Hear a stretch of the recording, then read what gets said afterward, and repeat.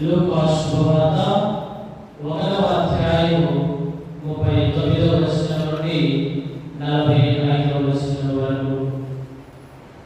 ఆ దినములలో మరియమ్మ యూదా సీమలో పర్వత ప్రాంతమున గల ఒక పట్టణమునకు త్వరితముగా ప్రయాణమైపోయింది.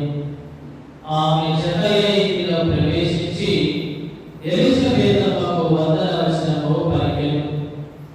ఆ శుభవచనములు ఎలిజబెతమ్మ చెవిని పడగానే ఆమె గర్భమందలి శిశువు గంతులు వేసెను. ఆమె పవిత్రాత్మచే పరిపూర్ణురాలెను.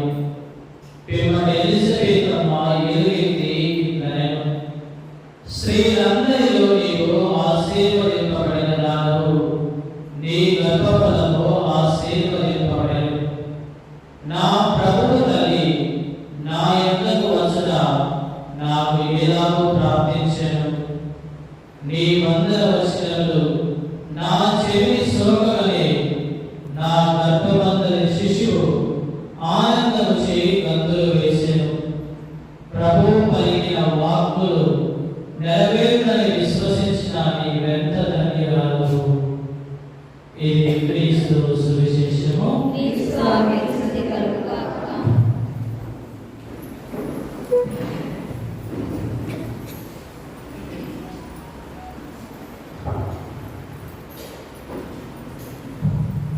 క్రీస్తునందు మిక్కిలిగా ప్రేమింపబడుతున్నటువంటి ప్రియ సహోదరి సహోదరులారా, ఈరోజు మనము ఆలోచించినటువంటి ఈ యొక్క సువిశేష పఠనంలో స్వయాన దేవుడికి తల్లి అయినటువంటి మరియ తల్లి తన సోదరి అయినటువంటి ఎలిజబెతమ్మను దర్శించినటువంటి సన్నివేశాన్ని క్లుప్తంగా ఆలోచించి ఉన్నాం. ప్రియులారా, ఇద్దరు వ్యక్తులు కలిస్తే ఏమవుతుంది? ఇద్దరు వ్యక్తులు కలిస్తే మహా అయితే మాట్లాడుకుంటారు. ఇద్దరు వ్యక్తులు కలిస్తే మహా అయితే వారి జీవితంలో జరిగినటువంటి విషయాలను గురించి, వారి జీవితంలో జరిగినటువంటి అంశాలను గురించి, వారి జీవితంలో జరిగినటువంటి సంఘటనల గురించి వారు చర్చించుకుంటారు. వారు ఆ విషయాల గురించి మాట్లాడుకుంటారు అని మనము చెప్తాం. అది నిజమే, అందులో ఎటువంటి సందేహము లేదు. కానీ ఈనాటి సువిశేష పఠనంలో ఇద్దరు వ్యక్తులను మనము చూసాము. ఎవరు? మొదటిగా మరియ తల్లి, రెండవదిగా ఎలిజబెతమ్మ. వీరిద్దరూ కూడా పరిశుద్ధులు. వీరిద్దరూ కూడా పవిత్రమైనటువంటి జీవితాన్ని జీవించినటువంటి వారు అని చెప్పడంలో ఎటువంటి సందేహము లేదు. మరి ఇద్దరు పవిత్రులు కలిస్తే, ఇద్దరు పరిశుద్ధులు కలిస్తే మరి వారి మధ్య జరిగేది ఒక ఆత్మీయ సంభాషణ అని మనము తెలుసుకోవాలి. మరి ఇద్దరు వ్యక్తులు కలిస్తే వారి మధ్య దేవుడు ఉంటాడని మరి మత్తయి శుభవార్తలో మత్తయి గారు తెలియజేస్తున్నారు. మత్తయి శుభవార్త 18వ అధ్యాయము 20వ వచనంలో మనకి కనిపిస్తుంది. చదవండి. ఏదైనా ఎక్కడ ఇద్దరు ముగ్గురు నా పేరిట కూడుదురో అక్కడ వారి మధ్య నేను ఉంటానని ప్రభువు సెలవిస్తున్నాడు. ఇక్కడ ఎంతమంది ఉన్నారండి? మరియ తల్లి ఉంది, మరియు ఎలిజబెతమ్మ ఉంది. ఎక్కడ ఇద్దరు ముగ్గురు నా నామమున కూడి ఉంటారో వారి మధ్యన నేను ఉంటానని వాక్యము సెలవిస్తుంది. వీరిద్దరి కలయిక సాధారణమైనటువంటి కలయిక కాదు. వీరిద్దరి కలయిక దేవుని గురించి సంభాషించడం జరుగుతుంది. వీరిద్దరి కలయిక మరి దేవుని యొక్క వాక్యాన్ని గురించి చర్చించడము జరుగుతుంది. ప్రియ సహోదరి సహోదరులారా, మరి ఈరోజు మరియ తల్లి తన సోదరి అయినటువంటి ఎలిజబెతమ్మను సందర్శించడానికి గురించి ఆలోచించుకున్నాము. మరి 39వ వచనం చదవండి. ఆ దినములలో మరియమ్మ యూదా సీమలో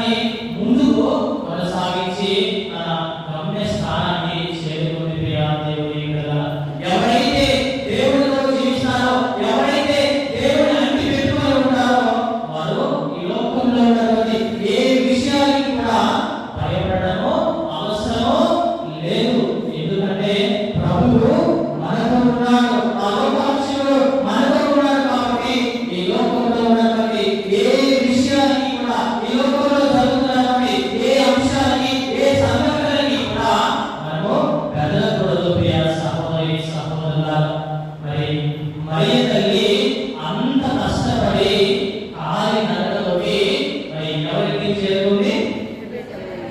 యాజకుడైనటువంటి జకర్యా భార్య అయినటువంటి ఎలిజబెత్ అమ్మ గృహానికి మరియ తల్లి చేరింది. ప్రియ సహోదరి సహోదరులారా, మరి మరియ తల్లి ఎలిజబెత్ అమ్మ దగ్గరికి వెళ్ళి వందన వచనంలో పలికింది.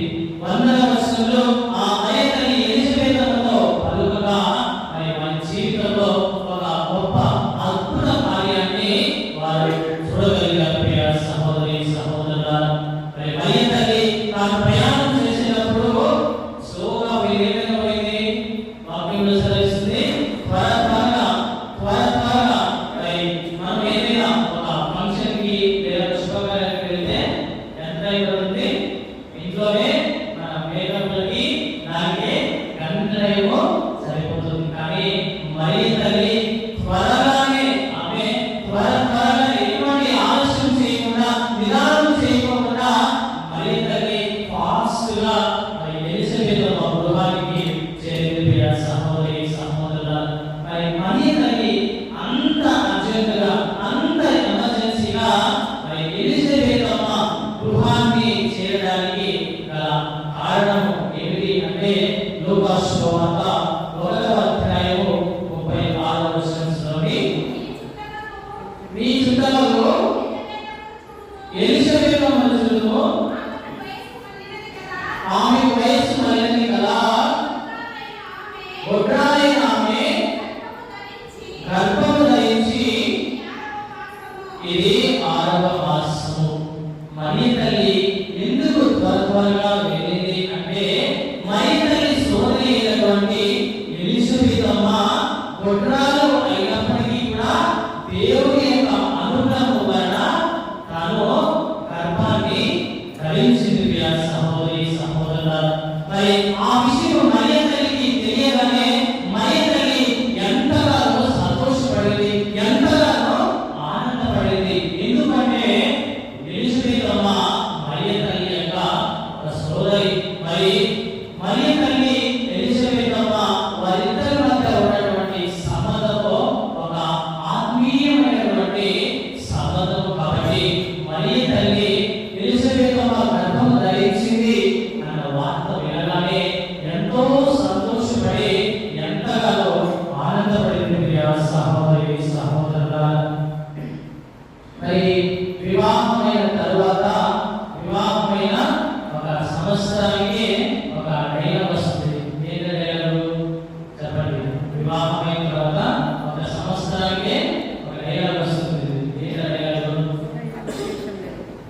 ఏంటి డైలాగు చెప్పండి. మీలో చాలా మంది కూడా ఆ ప్రశ్నల గురించి మరి వివాహమైన వారికి వేసిన అనేక ప్రశ్న, వివాహమైన సంవత్సరానికి పిల్లలు కలగాలి, సంతానము రావాలి, ఏంటిది ఇంకా పిల్లలు కలగలేదా, ఏంటిది ఇంకా సంతానం లేదా అని వివాహమైన తర్వాత ఒక సంవత్సరానికి ఇన్ని మాటలతో వారిని బాధ పెడితే మరి ఎలిజబెత్ అమ్మ గొడ్రాలు మరి ముసలి వయసులో దేవుడు ఆమె గర్భఫలాన్ని ఆశీర్వదించాడు. మరి సమాజంలో ఎలిజబెత్ అమ్మ ఎన్ని అవమానాలు పొందినటువంటి, సమాజంలో ఎంతో మంది నానా రకాలుగా ఆమె ఎన్నో ప్రశ్నలతోటి బాధ పెట్టి ఉంటారు. ప్రియ సహోదరి సహోదరులారా, కానీ మన దేవుడు తాను నమ్ముకున్న వారిని, తన మీద విశ్వాసం ఉంచినటువంటి వారిని ఎన్నటికీ కూడా చేయి విడువడు అనడానికి నిదర్శనము ఎలిజబెత్ అమ్మ గర్భము ధరించడమే. మానవులకి అసాధ్యమైనవి ఎన్నో ఉన్నాయి, కానీ దేవుడికి సమస్తము కూడా సాధ్యమే అని ఈ యొక్క ఎలిజబెత్ అమ్మ గర్భఫలం ద్వారా మనందరికీ అర్థమవుతుంది. ప్రియ సహోదరి సహోదరులారా, మరి గమనించండి, ఒక స్త్రీ గర్భము ధరిస్తే ఆమె దగ్గర ఎవరో ఒకరు ఉండి ఆమెకి ఎన్నో పరిచర్యలు చేస్తూ ఉంటారు. అవునంగా ఒక స్త్రీ గర్భం ధరిస్తే ఆమె దగ్గర ఉండి ఆమెకి కావలసినటువంటి ప్రతి ఒక్క అవసరతను కూడా తన దగ్గరకు తీసుకొని వస్తుంటారు. ఆ చేయడము మన యొక్క ధర్మము. మరి ఎలిజబెత్ అమ్మ విషయంలో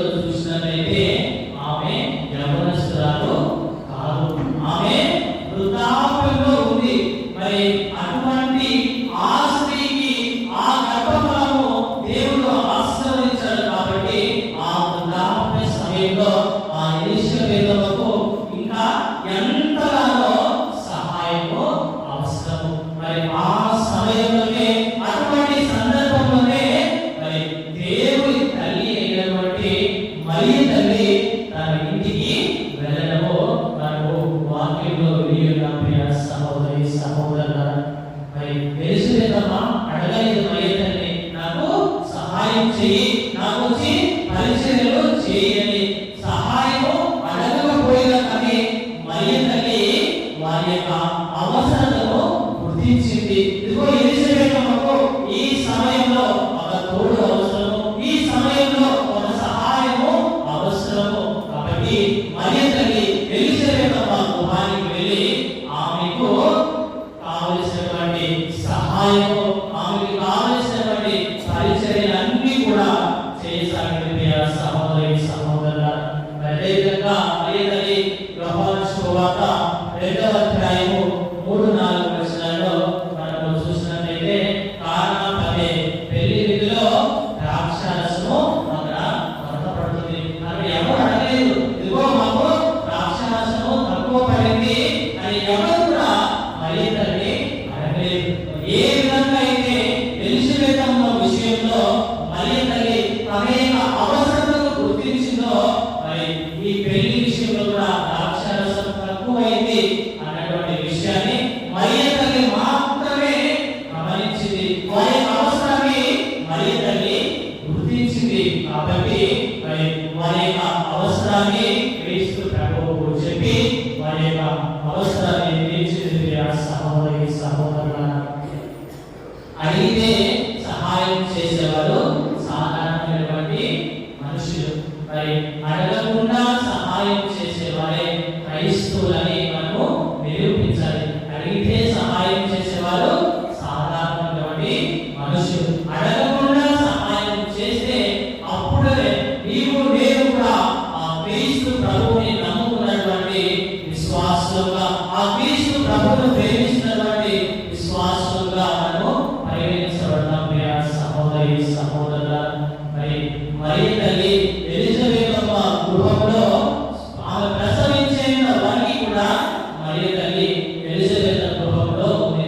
అంటే సుమారు ఎన్ని నెలలు ఉంటుంది?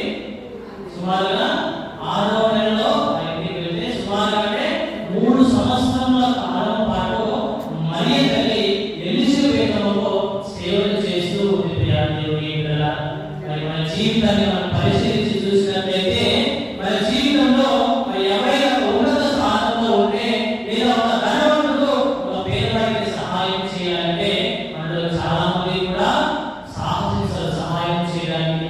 నేను ఎందుకు వారికి సహాయం చేయాలి, నేను ఇంత ఉన్నత స్థానంలో ఉన్నాను, నేను పెద్ద ధనవంతుడిని, వారి దగ్గరికి నేను వెళ్ళడం ఏంటి, వారికి సహాయం చేయడం ఏంటి అని మనము చాలా సార్లు కూడా గర్వపడుతున్నాం. ప్రియ సహోదరి సహోదరులారా, మరి మనమే అంత గర్వం చూపిస్తే మరి స్వయాన లోక రక్షకుడికి మరియ తల్లి మరి ఆ తల్లి ఎటువంటి గర్వం చూపిస్తేది, ఆ తల్లి ఎటువంటి గర్వాన్ని, ఎటువంటి ఫీలింగ్ చూపించుకోకుండా తన సోదరైనటువంటి ఎలిజబెతమ్మ దగ్గరికి వెళ్ళి ఆమెకి కావలసినటువంటి పరిచర్యలన్నీ కూడా చేసింది. మరి ఈరోజు మన తల్లి శ్రీ సభ మనకి మరియ తల్లి ఒక ఆదర్శంగా మన ముందు ఉంచుతుంది. సహోదరి సహోదరులారా, మరి మరియ తల్లి అవసరాన్ని గుర్తించి వారికి సహాయం చేస్తుంది. మరియ తల్లి మరి ఒక ప్రేమించే మనస్తత్వం కలిగినటువంటి మాతృమూర్తి. మరియ తల్లి మరి ఆపదలలో మనందరినీ కూడా ఆదుకునేటువంటి తల్లి. సహోదరి సహోదరులారా, మరి ఈరోజు తల్లి శ్రీ సభ మనందరినీ కూడా ఆహ్వానిస్తుంది. మరి ఏ విధంగా అయితే మరియ తల్లి క్రీస్తు ప్రభువును తన గర్భంలో మోసి ఏ విధంగా ఎలిజబెతమ్మ వారి ఇంటికి తీసుకువెళ్ళిందో, అదే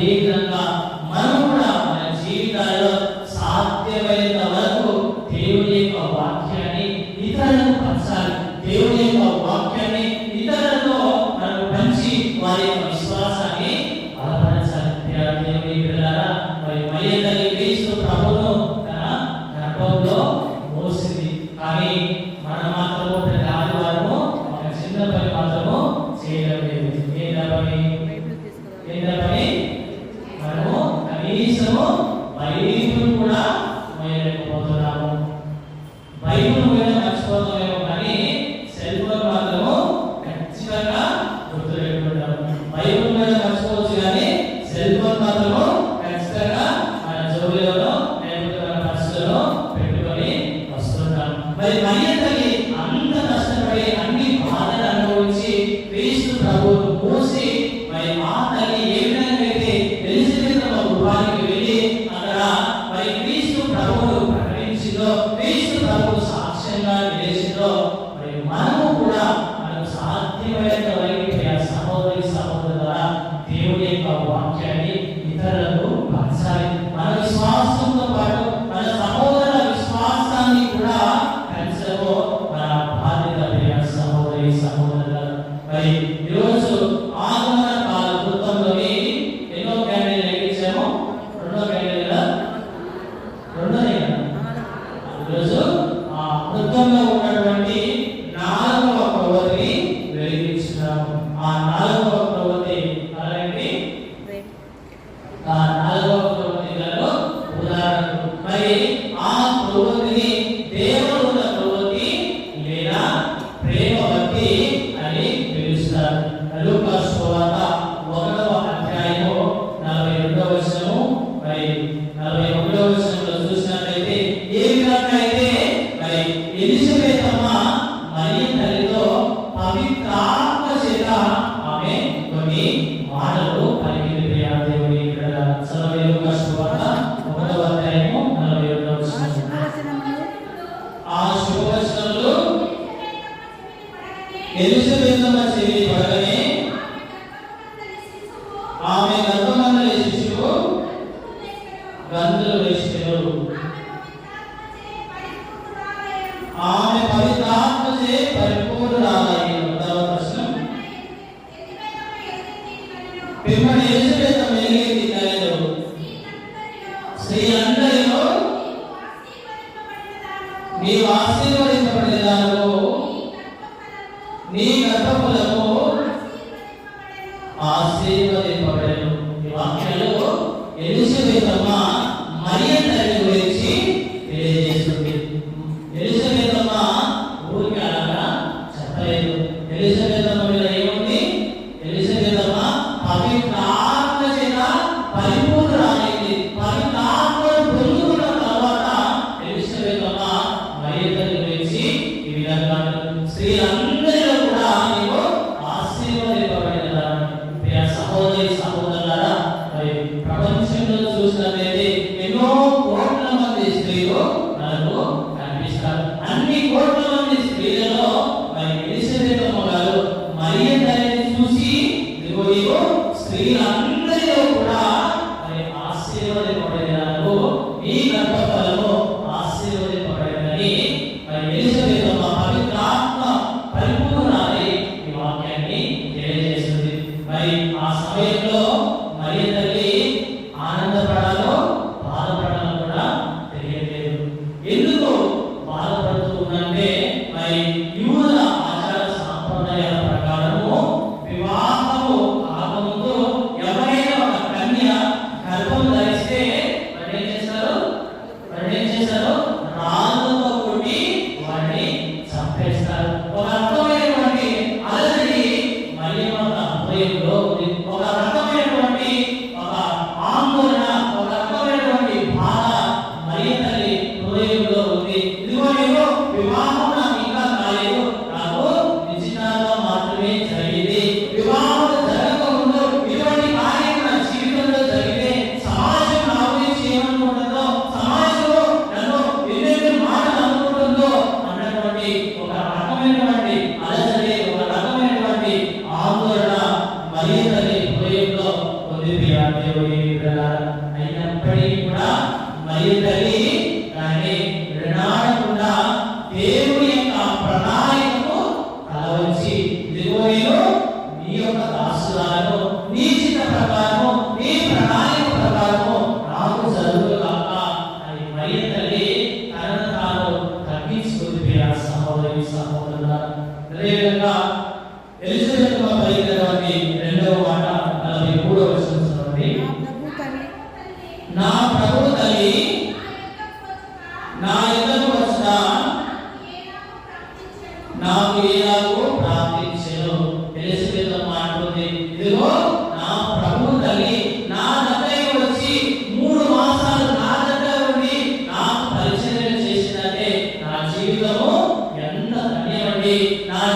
నన్ను ఎంత అదృష్టం చేసుకుంది, నా ప్రభు తల్లి నా దగ్గరికి రావడము ఇది నాకు ఒక గొప్ప అదృష్టంగా భావిస్తున్నాను అని తెలిసిపోయేదమ్మా మరియ తల్లి గురించి పలుకుతుంది. మరి మాటలు విన్నప్పుడు మరియ తల్లి హృదయంలో ఉన్నటువంటి ఆ అలజడి, మరియ తల్లి హృదయంలో ఉన్నటువంటి ఆ ఆందోళన కూడా తొలగిపోయి చిన్నగా మరియ తల్లి హృదయంలో ఒక ధైర్యానికి స్థానం కనిపిస్తుంది. ప్రియ సహోదరి సహోదరుల, మరి ఆ మాటలతోటి మరియ తల్లికి ఎక్కడ లేనటువంటి ఒక ధైర్యం వచ్చింది.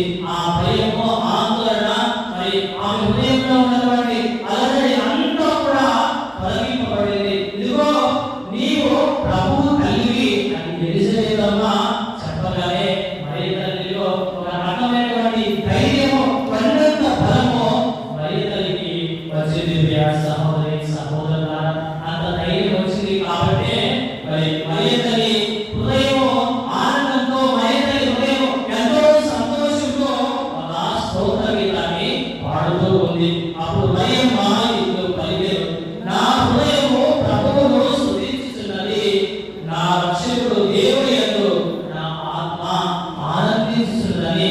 మరియ తల్లి ఎంతో సంతోషంతో, ఎంతో ఆనందంతో స్తోత్ర గీతాన్ని పాడము మనం వాక్యంలో చూస్తున్నాం. ప్రియ సహోదరి సహోదరుల, మరి ముందుగా చెప్పినట్టు ఈరోజు ఎన్నో ప్రవృత్తి వెలిగించినాము, 4వ ప్రవృత్తిని వెలిగించినాము. ఆ ప్రవృత్తిని ఏమని పిలుస్తారు? దేవుని ప్రవృత్తి లేదా దేవుని ప్రవృత్తి లేదా ప్రేమవతి అని పిలుస్తారు. మరి అసలు ప్రేమ అంటే ఎవరు? ప్రేమ అంటే దేవుడే. దేవుడే ప్రేమ స్వరూపుడు. దేవుడు మనల్ని ఎంతగానో ప్రేమించాడు. అది యోహాను సువార్త 3వ అధ్యాయం 16వ వచనంలో ఈ వాక్యం సెలవిస్తుంది. దేవుడు లోకాన్ని ఎంతో ప్రేమించి తన ఏకైక కుమారుని ఈ లోకానికి ప్రసాదించాడు. మరి ఏకైక కుమారుని ప్రభువు ఈ లోకానికి ప్రసాదించాడు. ప్రియ సహోదరి సహోదరుల, మరి ఈ లోకంలో ఉన్నటువంటి ప్రేమ ఏమిటండి? ఈ లోకంలో ఉన్నటువంటి ప్రేమ ఏ విధంగా ఉంటుంది చెప్పండి? ఈ లోకంలో ఉన్నటువంటి ప్రేమ 100% స్వార్థంతో కూడుకున్నటువంటి ప్రేమ. మనుషుల ప్రేమ ఏ విధంగా ఉంటుందంటే కండిషనల్ లవ్. నేను నిన్ను ప్రేమిస్తే నాకేంటి లాభం, నేను నిన్ను ప్రేమిస్తే మరి నాకు ఎటువంటి ప్రయోజనం చేకూరుతుంది, మరి నేను నిన్ను ప్రేమిస్తే నాకేమి ఇస్తావు, నేను నిన్ను ప్రేమిస్తే నాకు చేకూరే లాభం ఏంటి, నాకు చేకూరే ప్రయోజనాలు ఏంటి అని మనము లెక్కలు వేసుకొని మనము ఒకరినొకరు ప్రేమిస్తూ ఉంటాం. కానీ దేవుడి ప్రేమ ఎటువంటిదండి? దేవుడి ప్రేమ కండిషన్స్ ఏం లేవు. అన్కండిషనల్ లవ్ మరి దేవుడి ప్రేమ. సహోదరి సహోదరుల, మరి దేవుని యొక్క ప్రేమ నిస్వార్థంతో కూడుకున్నటువంటి ప్రేమ. అందుకే మరి దేవుడు ఈ లోకానికి వచ్చి మన పాపముల కోసము ఆయన ప్రాణాన్ని త్యాగం చేసి మరి మనం అనుభవించవలసినటువంటి శిక్షను క్రీస్తు ప్రభువు అనుభవించి మనందరికీ కూడా రక్షణ తీసుకొచ్చాడు. ప్రియ సహోదరి సహోదరుల, మరి దేవుడు మనల్ని ఎంతగానో ప్రేమిస్తున్నాడు. మరి దేవుడి వన్ సైడ్ లవ్ కదా, దేవుడి వన్ సైడ్ లవ్ అవునా కదా? చెప్పండి. దేవుడి వన్ సైడ్, దేవుడే మనల్ని ప్రేమిస్తున్నాడు. మనం దేవుడిని ప్రేమిస్తున్నామా? ఆత్మ పరిశీలన చేసుకోవాలి. దేవుడు మనల్ని ఎంతగానో ప్రేమిస్తున్నాడు. మనం ఎన్ని పాపాలు చేసినా, ఎన్ని తప్పులు చేసినా, దేవుడికి ఎంత దూరంగా వెళ్ళిపోయినా కానీ దేవుడు మనల్ని ప్రేమించడము ఎప్పుడు కూడా ఆపడు. దేవుని యొక్క ప్రేమ అనంతమైనది. దేవుని యొక్క ప్రేమకు హద్దులు సరిహద్దులు అనేవి ఏవి ఉండవు. దేవుడు మనల్ని ఎల్లప్పుడూ కూడా ప్రేమిస్తూనే ఉంటాడు. ప్రియ సహోదరి సహోదరుల, మరి మన జీవితాలలో ఎన్నో క్రిస్మస్ పండుగలను మనము జరుపుకొని ఉంటాం. మరి ఈ క్రిస్మస్ పండుగ మన జీవితంలో ఒక ప్రత్యేకమైనటువంటి పండుగగా మారాలి. ఈ క్రిస్మస్ పండుగ మన జీవితంలో ఒక మార్పును తీసుకొని రావాలి. ఇదిగో ఇక నుంచైనా కానీ దేవుడి వన్ సైడ్ లవ్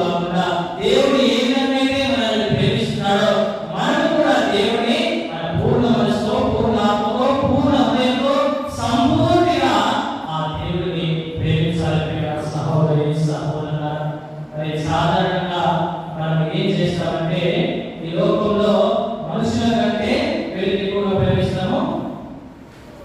చెప్పండి, మనుషుల కంటే వీరిని ఎక్కువగా ప్రేమిస్తాము. మనుషుల కంటే మనము ఎక్కువగా ప్రేమించేది వస్తువులను. మరి మనుషులను ఏం చేస్తాము?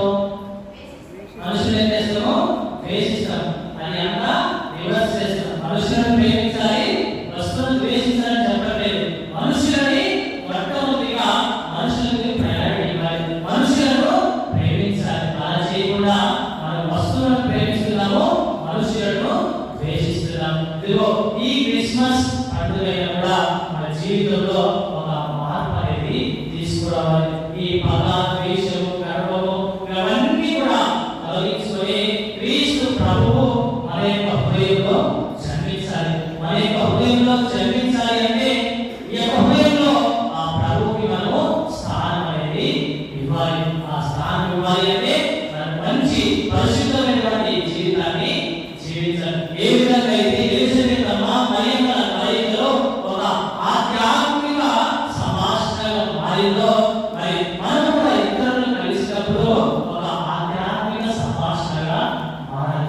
సాధారణంగా ఒక ఇద్దరు స్త్రీలు కలిస్తే ఏం చేస్తారంటే, సాధారణంగా ఒక స్త్రీలు ఒక దగ్గర ఉంటే వారి చర్చ మీకే వేస్తారు. అలా కాకుండా ఇప్పటి నుండైనా ఈరోజు తల్లి తీసా మరియమ్మ అందరూ ఎలిజబెత్తును మనందరికీ ఒక ఆలోచనగా చూపిస్తుంది. ఇదిగో వారిద్దరి కలయిక ఏ విధంగా అయితే ఆత్మీయ సంభాషణగా మారిందో, వారిద్దరు కలిసినప్పుడు దేవుడు ఏ విధంగా వారి మధ్యలో ఉన్నారో అదే విధంగా మనం మన సహోదరులను కలిసినప్పుడు మన యొక్క సంభాషణ దేవుని గురించి ఉండాలి. మన యొక్క సంభాషణ ఒక ఆధ్యాత్మిక సంభాషణగా ఉండాలి. ప్రియ సహోదరి సహోదరులు, కాబట్టి ఈ క్రీస్తు ప్రభు మన హృదయంలో జన్మించడానికి ఆటంకంగా ఉన్నటువంటి మన పాప జీవితం అయితేనే, మనం చేసినటువంటి పాపాలైతే వాటన్నిటిని కూడా ఆ ప్రభు తొలగించి ఆ ప్రభు మన హృదయంలో జన్మించడానికి మనకు కావలసిన మంచి మనసులో కావలసిన